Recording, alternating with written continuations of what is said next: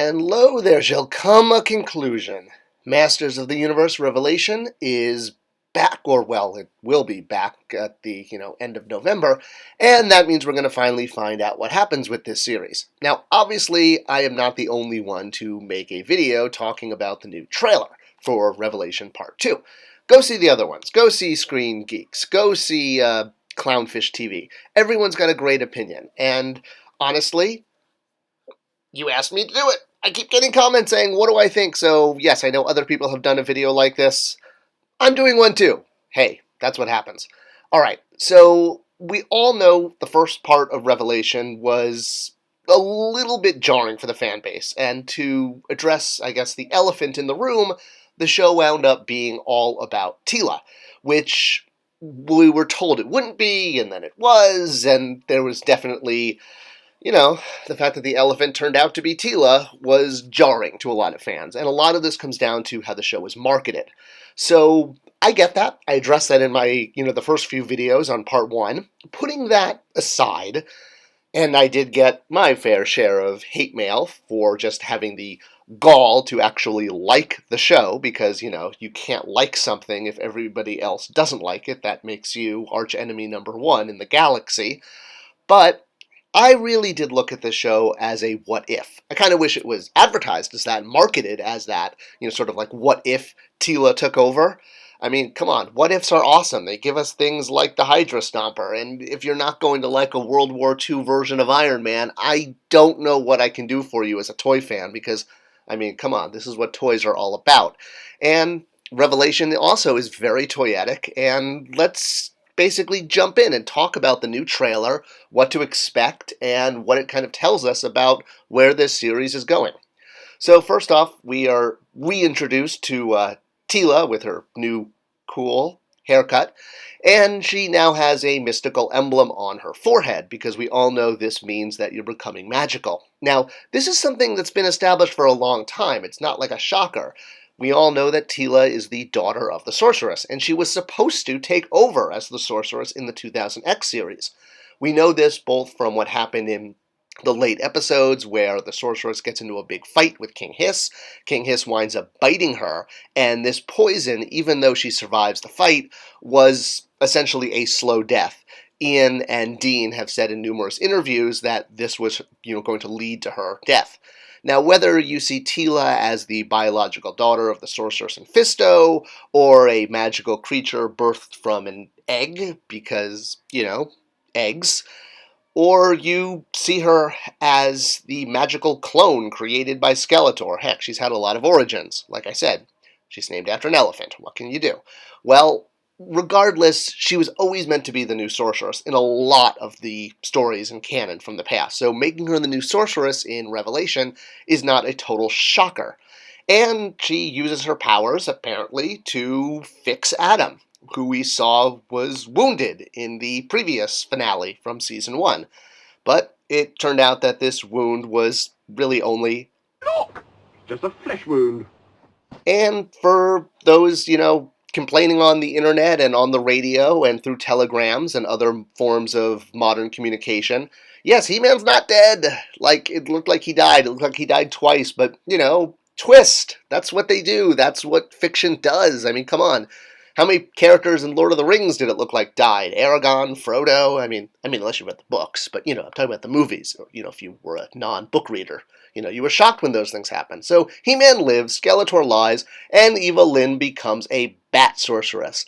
So it's probably pretty obvious that the sorceress is no longer with us, because the powers have been passed on to Teela, but Eva Lynn has taken over as a bat-inspired character, and we all know when a bat versus bird contest, bats always win.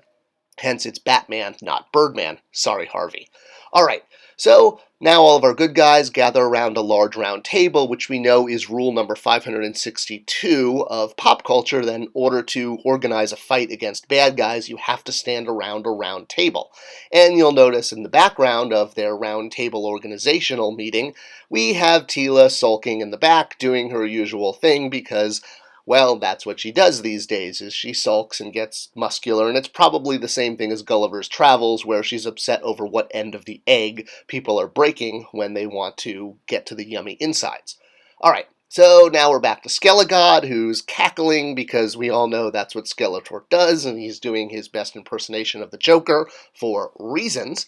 And he and He-Man are telling jokes and having a good time like it's an episode of Seinfeld or something. I don't know. It's probably going to be a funny moment. It looks like it is. Let's just go with it. Alright, so Adam then demonstrates that it's not the sword, but rather the powers inside of him. And, well, this is when he hulks out, as discussed in some previous videos.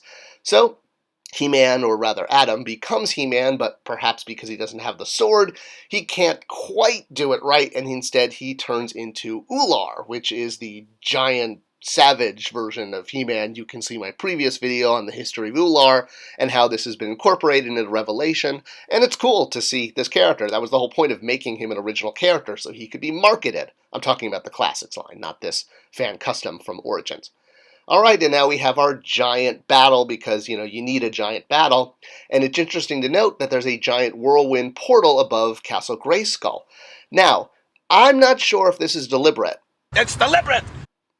But Roger Sweet had the idea of a giant portal being the source of all of He-Man's travels and powers. Maybe it's a nod to this, maybe not. I don't know, but it's cool. And I don't know if this giant battle is sort of all from the first episode of the second season. I'm guessing maybe it is, much like the first trailer focused on the first episode, but it's always cool to see a giant, Pelennor Fields-esque battle with Masters of the Universe.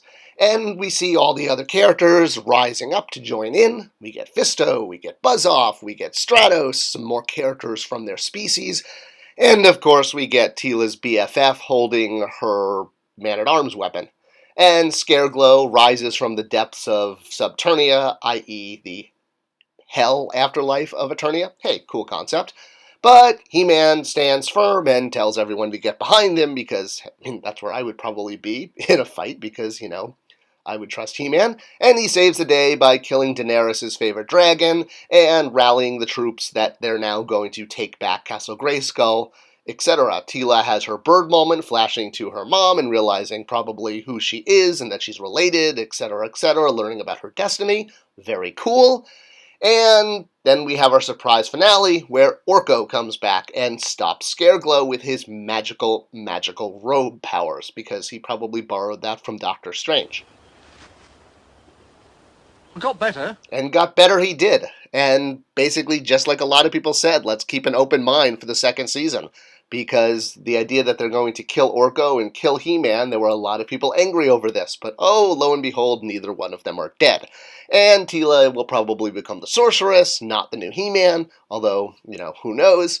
Either way, the high crimes and misdemeanors of liking this show are hopefully behind me, because honestly, it is visually cool, and it's a cool story. It's a what if. It's not the sequel to Filmation. It probably should not have been that way. But hey, liking this show, does that really mean that I should be fired? Fine. Out of a cannon into the sun.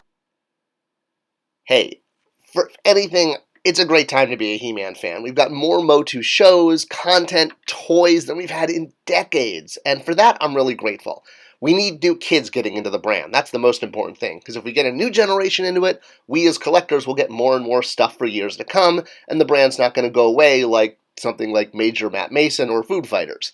So, we can all sit back, look forward to part 2 of Masters of the Universe Revelation, The Search for More Money. Or at least more answers about what happened. I'm just hoping Orko's not dead, people. He-Man's not dead, people. Teela becomes a sorceress, people. Hope you enjoyed this look at what's hopefully to come to be a cool finale. Let me know your thoughts in the comments below. What do you think about the trailer? Love to discuss it, and like, subscribe, ring the bell, all that stuff. It helps the algorithm. See you guys next time.